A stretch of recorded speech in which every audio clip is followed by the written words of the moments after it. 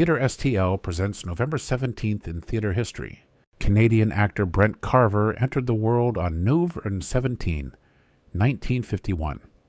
Best known for his Tony-winning performance as Melina in Kander and Ebb's Kiss of the Spider-Woman, Carver brought delicate vulnerability and soaring tenor vocals to roles on Broadway and at Canada's Stratford Festival.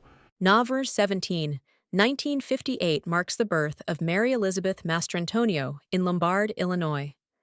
Known for film roles in Scarface and The Color of Money, she also boasts serious stage credentials, from her Broadway debut in the 1980 revival of West Side Story, to acclaimed turns in Man of La Mancha and Grand Hotel.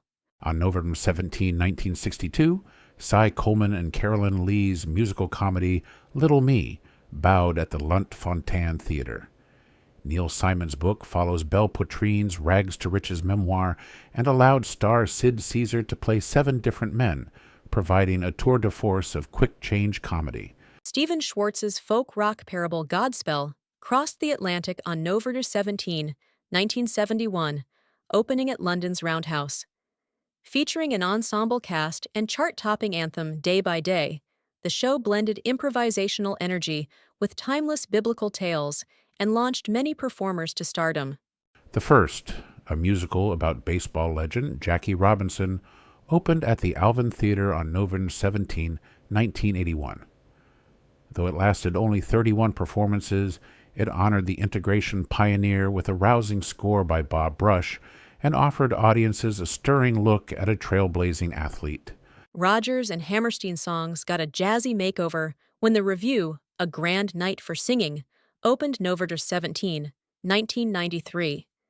The intimate concert mined deep cuts from the duo's catalog alongside classics, winning over audiences with fresh arrangements and a cabaret vibe. Andrew Lloyd Webber's Sunset Boulevard premiered on Broadway November 17, 1994, with Glenn Close as faded silent film star Norma Desmond. Adapting the 1950 movie, the lushly orchestrated musical explores ambition and madness in Hollywood's golden age and won 7 Tony Awards.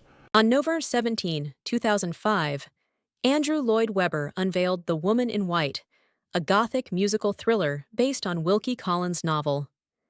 Using projected scenery and a haunting score, the short-lived Broadway run starred Maria Friedman and Michael Ball and pushed the boundaries of stage technology. The musical revue Sweet and Low opened at the 44th Street Theatre on November 17, 1930. Featuring a mixture of songs and skits, it showcased talents like Fanny Brice and George Jessel and offered Depression-era audiences a much-needed laugh. Jerome Kern and Oscar Hammerstein II's musical Very Warm for May premiered November 17, 1939 at the Alvin Theatre. Although it ran only 59 performances, the show introduced the standard All the Things You Are and holds a special place in Kern's canon. For more, like and follow Theatre STL,